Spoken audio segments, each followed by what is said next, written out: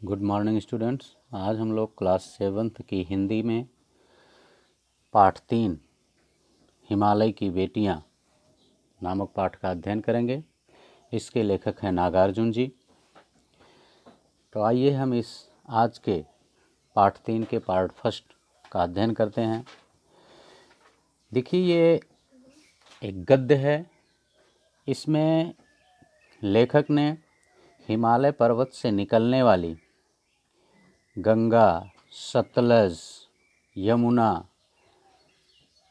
आदि नदियों का सुंदर चित्रण किया है और इन नदियों को हिमालय की बेटियां माना है।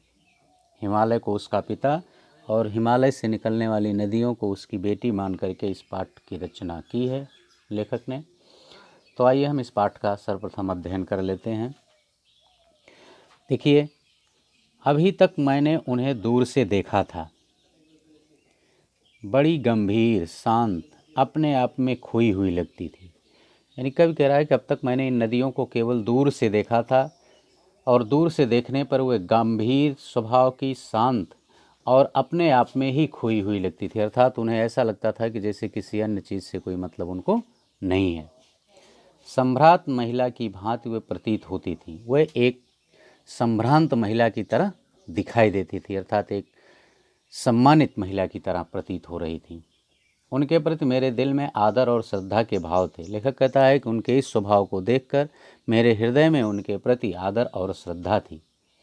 माँ और दादी, मौसी और मामी की गोंद की तरह उनकी धारा में डुबकियां लगाया करता था। और जिस तरह से एक बच्चा अपनी माँ, दादी और मौसी तथा मामी की गोंद में प्रसन्नता का अनुभव करता है, उसी तरह से मैं भी इन नदियों की जलधारा में डुबकी लगाने के बाद उसी तरह की शांति और प्रेम का अनुभव करता था। परंतु इस बार जब मैं हिमालय के कंधे पर चढ़ा तो वे कुछ और रूप में सामने थीं। लेखक कहता है कि लेकिन जब संयोग से मैंने हिमालय की चोटियों की सैर की, हिमालय की चोटियों पर पहुंचा, तो मैंने इनका कुछ और ही रूप देखा। और यह रूप देखकर मैं हैरान था कि यही दुबली पतली गंगा, यही यमुना, यही सतलज समतल मैदानों में उतरकर विशाल कैसे हो जाती हैं।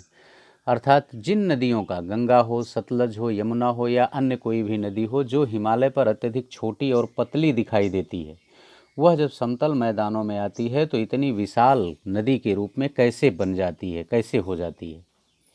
इनका उछलना कूदना, खिलखिलाकर लगातार हंसते जाना, इनकी यह भावभंगिमा, इनका यह उल्लास कहाँ गायब हो जाता है। और लेखक कहता है कि उनका जो उछलना कूदना है, जो हिमालय पर उनका उछलना कूदना दिखाई देता है, खिलखिलाकर हंसने का मतलब है कि जो छलछलाहट की आवाज़, कलकल की आवाज़ करती हुई, यानी जितनी तेज़ कलकल की आवाज़ वो हिमालय पर करती हैं, उतना तेज़ आवाज़ वे समतल मैदानों में पहुंच करके क्यों नहीं करती हैं।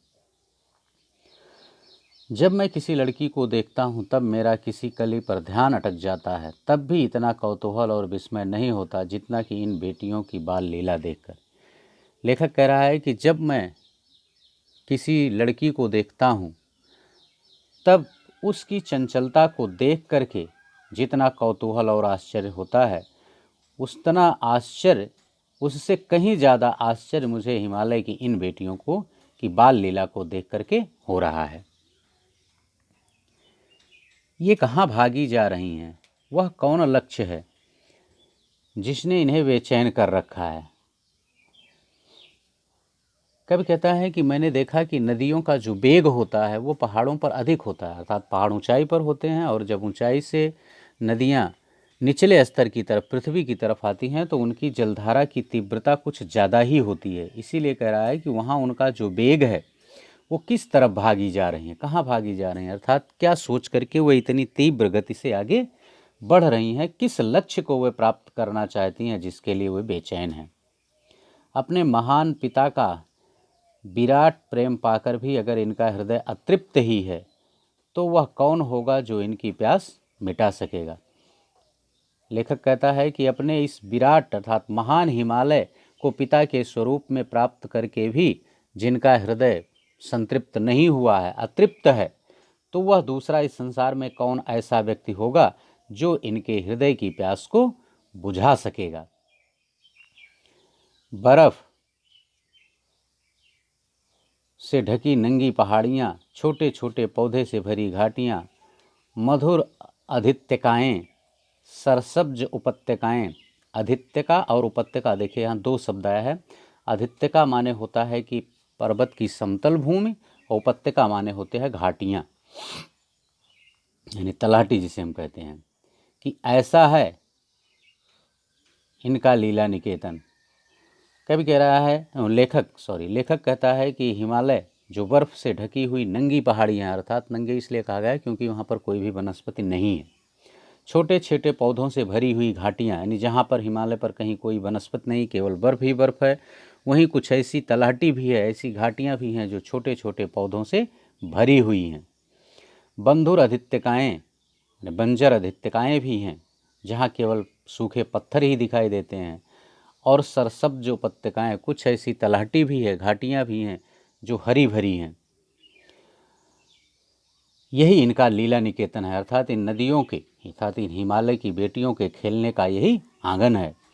खेलते खेलते जब ये जरा दूर निकल जाती हैं तो देवदार, चीड़, सरो, चिनार, सफ़ेदा, कैत के जंगलों में पहुंचकर शायद इन्हें बीती बातें याद करने का मौका मिल जाता होगा। और कभी कहता है कि जब ये यहाँ से खेलती कूदती और आगे बढ़ती हैं तो इन्हें देवदार, चीड़, सरो, चिनार, सफ़ेदा आदि के जंगल मिलते हैं, और उन जंगलों में पहुँच करके शायद ये अपनी पुरानी बातों को याद कर लेती हैं, अर्थात उसका समय इन्हें मिल जाता होगा।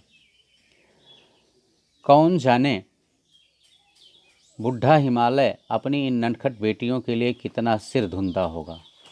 कभी कहता है कि शायद जिस तरह से किसी पिता से उसकी बेटी जब दूर हो जाती है तो पिता जिस तरह से परेशान होता है, शायद वह हिमालय भी अपनी इन बेटियों के दूर चले जाने से परेशान अवश्य होता होगा।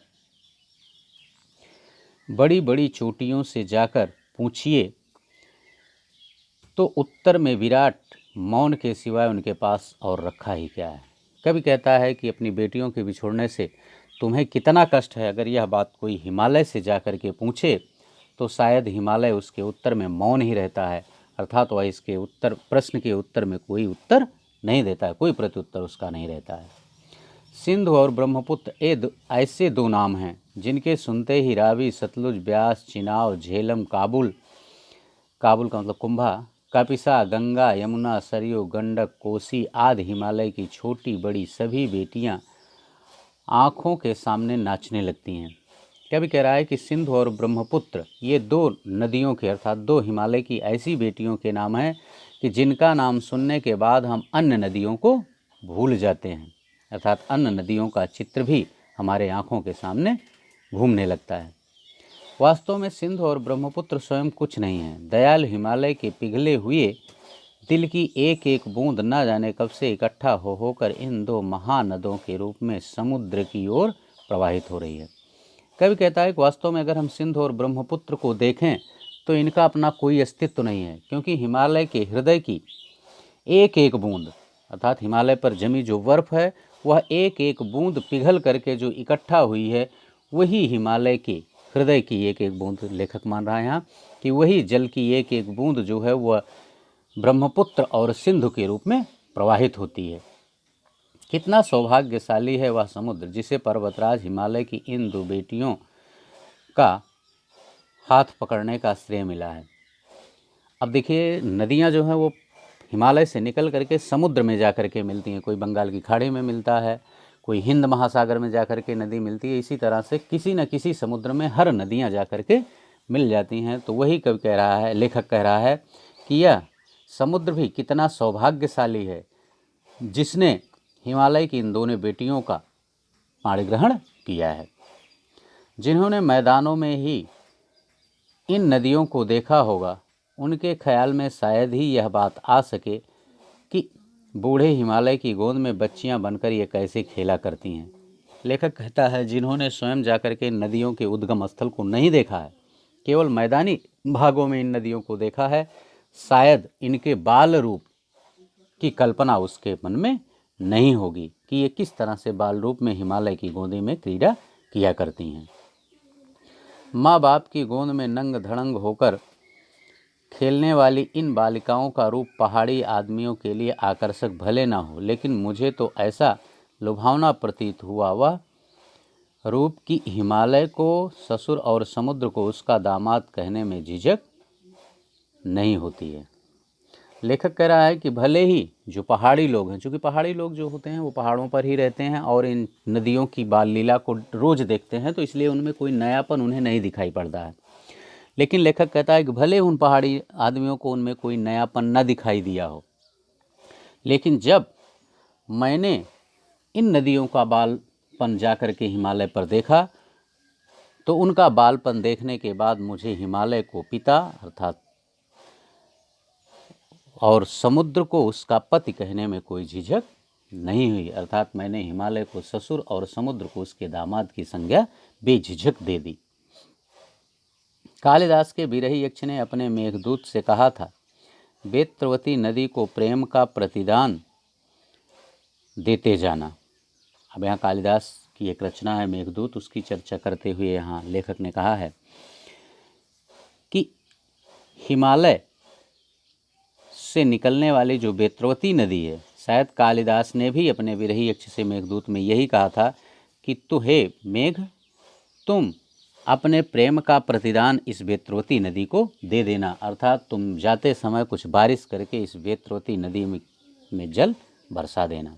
तुम्हारी यह प्रेयसी तुम्हें पाकर अवश्य ही प्रसन्न होगी, क्योंकि यह तुम्हारी जो प्रेयसी का मतलब होता है नायिका है, क्योंकि यह नायिका जो है वह तुम्हें पाकर निश्चित ही खुश हो जाएगी।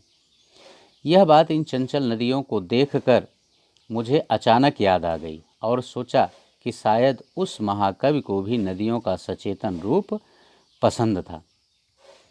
लेखक कहता है कि कालिदास की इन बातों को सुन करके और इन नदियों को देखकर मुझे भी यह बात याद आई कि शायद महाकवि कालिदास को भी इन नदियों का यह सुंदर रूप पसंद आया होगा, शायद तभी उन्होंने इसलिए ऐसा किया होगा। दरअसल जो भी कोई भी नदियों को पहाड़ी घाटियों और समतल आंगनों के मैदानों में जुदा शक्लों में देखेगा, वह इसी नतीजे पर पहुंचेगा।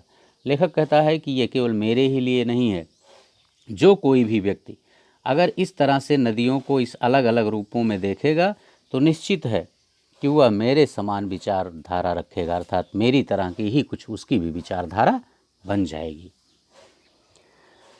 काका कालेलकर ने नदियों को लोक माता कहा है, किंतु माता बनने से पहले यदि हम इन्हें बेटियों के रूप में देख लें तो क्या हर्ज है।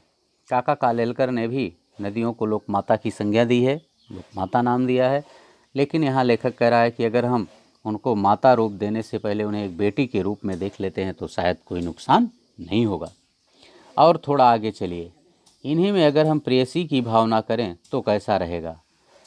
लेखक कहता है कि अगर हम इससे थोड़ा और आगे बढ़ कर के देखें कि उस नदियों को नायिका के रूप में देखें तो शायद वह रूप भी उनका अच्छा ही होगा, सुंदर ही होगा।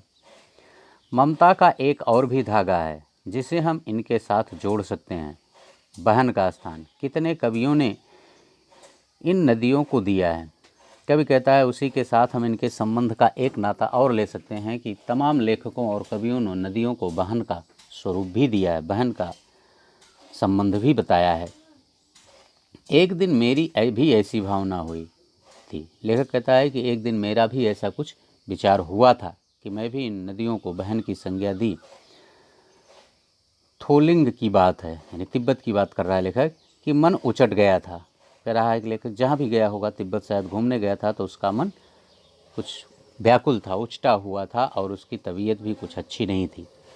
सतलज के किनारे जाकर बैठ गया, जिसके लिए वह लेखक जो है सतलज नदी के किनारे जाकर के बैठ गया। उस समय दोपहर का समय था, पैर लटका दिया पानी में।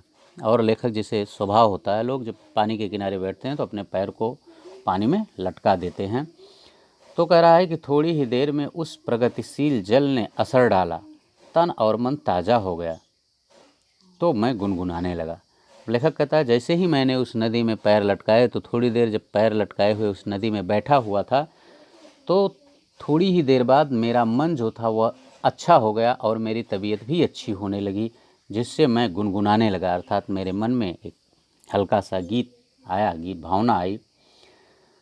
अब ये कह रहा है, कब देखिए क्या गुनगुना रहा था कि जय हो सतलज बहन तुम्हारी, लीला अचरज बहन तुम्हारी, हुआ मुदित मन हटा खुमारी, जाऊं मैं तुम पर बलिहारी।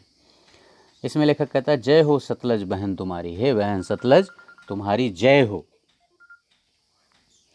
लीला अचरज बहन तुम्हारी, हे बहन तुम्हारी यह लीला बड़ी आश्चर्यजनक है। हुआ मुदित मन हटा खुमारी, और हमारे मन से यह खुमारी अर्थात जो पीड़ा थी वह समाप्त हो गई है और हमारा मन अब प्रसन्न हो गया है। जाऊं मैं तुम पर बरिहारी, और मैं अब तुम पर न्यौछावर जाता हूँ।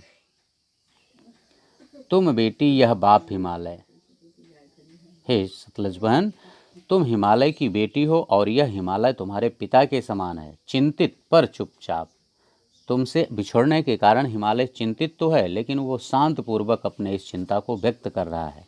प्रकृति नटी के चित्रित पट पर अनुपम अद्भुत छाप हिमालय, और इस प्रकृति नटी के चित्रित पट पर, नटी माने होता है नायिका, इस प्रकृति रूपी नायिका के सुंदर पट पर अनुपम अद्भुत छाप हिमालय, हिमालय की एक अनुपम और बहुत ही अलौकिक छाप है। जय हो सतलज बहन तुम्हारी, हे बहन सतलज तुम्हारी जय हो। तो बच्चों ये पाठ यहाँ पर समाप्त होता है। आज इस पाठ का हमने अध्ययन किया पार्ट फर्स्ट में, और सेकंड पार्ट में हम इस पाठ पर आधारित प्रश्नों का अध्ययन करेंगे। बस इस पार्ट में इतना ही। इस पाठ को समझने के लिए, इसकी व्याख्या को समझने के लिए वीडियो पूरा देखें, और यह वीडियो आपको कैसा लगा हमें लाइक और कमेंट करके ज़रूर बताएं। बेल आइकन ज़रूर दबा दें। यदि इस चैनल को आपने सब्सक्राइब नहीं किया है तो चैनल को सब्सक्राइब अवश्य कर लें, जिससे कोई भी नया वीडियो अपलोड किया जाए तो उसका नोटिफिकेशन आपके पास पहुंचता रहे। Okay, thank you.